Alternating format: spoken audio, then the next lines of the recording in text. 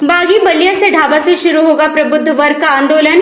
पूर्वांचल से समाजवादी पार्टी प्रबुद्ध वर्ग के सहारे फूकेगी चुनावी बिगुल। जी हां, बलिया में महर्षि भृगु के तपोभूमि मंगल पांडे, चित्तू पांडे की क्रांतिकारी धरती और जनेश्वर मिश्र की जन्मस्थली बागी बलिया से समाजवादी पार्टी प्रबुद्ध वर्ग के सहारे चुनावी बिगुल फूकेगी।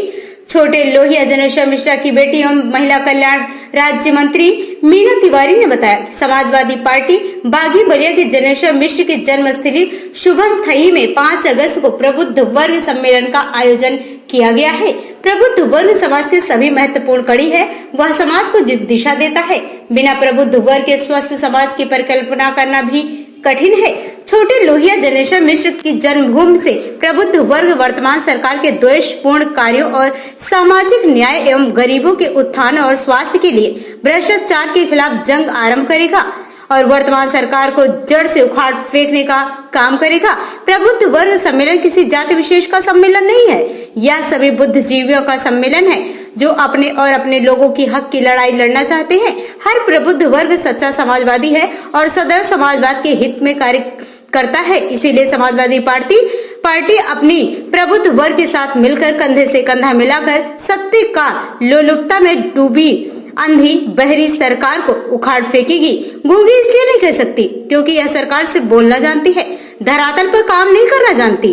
इस सरकार ने सिर्फ 5 साल का माननीय पूर्व मुख्यमंत्री अखिलेश यादव जी के कार्यों का फीता काट श्रेय लिया है। आगामी चुनाव में जनता इन्हें करारा जवाब देगी। इंडिया समाचार के लिए ये थी हमारे संवाददाता आनंद मोहन मिश्रा, ब्यूरो चीफ, बलिया की खास रिपोर्ट। समाजवादी पार्टी के द्वारा 5 तारीख को बलिया से प्रबुद्ध वर्ग सम्मेलन की शुरुआत होने जा रही है। उसको लेकर के आप लोग को बड़ी जिम्मेदारियां दी गई हैं। प्रबुद्ध वर्ग सम्मेलन को लेकर के क्या तैयारियां हुई हैं बलिया में? उनके जन्मभूमि पर जहाँ पैदा हुए थे वहाँ पर सम्मेलन की तैयारी की गई है।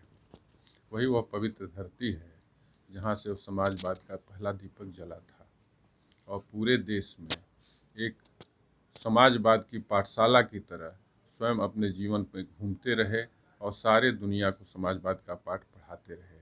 उनका जीवन ही एक चलती फुर्ती पाठशाला था, इसलिए उनके जन्मभूमि का चयन किया गया। प्रबुद्ध वर्ग सम्मेलन के लिए लोहिया जी की जन्मभूमि का चयन हुआ, वहां से आगामी चुनाव का बिगुल फूंका जाएगा।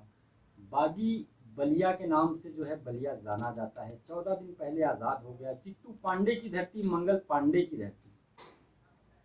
अब वहां से समाजवादी पार्टी किस तरह से 2022 का चुनावी तोड़ निकालेगी जिससे सत्ता के सिंहासन तक पहुंचे, और वर्तमान सरकार की क्या खामियां हैं जिनको जन आंदोलन के रूप में समाजवादी पार्टी बदलेगी।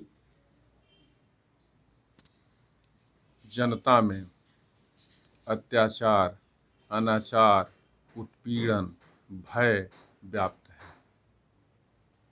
इस सारी चीज़ों को अत्याचार के खिलाफ लड़ने के लिए, जनता को व्यवस्थित करने के लिए समाजवादी पार्टी एक स्वतंत्र न्यायिक शासन कायम करने के लिए, कानून का राज कायम करने के लिए संघर्ष करेगी ताकि हर लोगों को अपना हक अपने अवसर पर उपलब्ध कराया जा सके।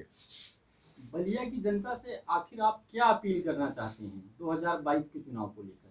यह अपील करना चाहते हैं कि यदि समाजवादी सरकार बनी तो जो पुरानी सुविधाएं थी उसके अलावा भी जन कल्याण की तमाम सुविधाएं चालू की जाएंगी, जिससे कि वहाँ के हर नागरिक को, हर व्यक्ति को सुख सुविधा और आसानी सुलभ हो सके और सामाजिक न्याय उसे उपलब्ध हो सके।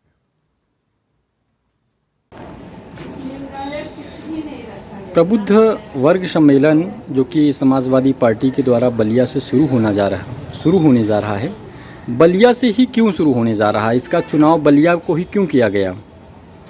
बलिया महर्षि भृगु की तपोभूमि है जहां मंगल पांडे, चित्तू पांडे ने क्रांति की दीप जलाई थी, अंग्रेजों के अन्याय के विरुद्ध जंग छेड़ा था। बैरिया का शहीद स्मारक इसका आज भी गवाह है, जो जन्म स्थान से उनके महज 1 किलोमीटर की दूरी पर।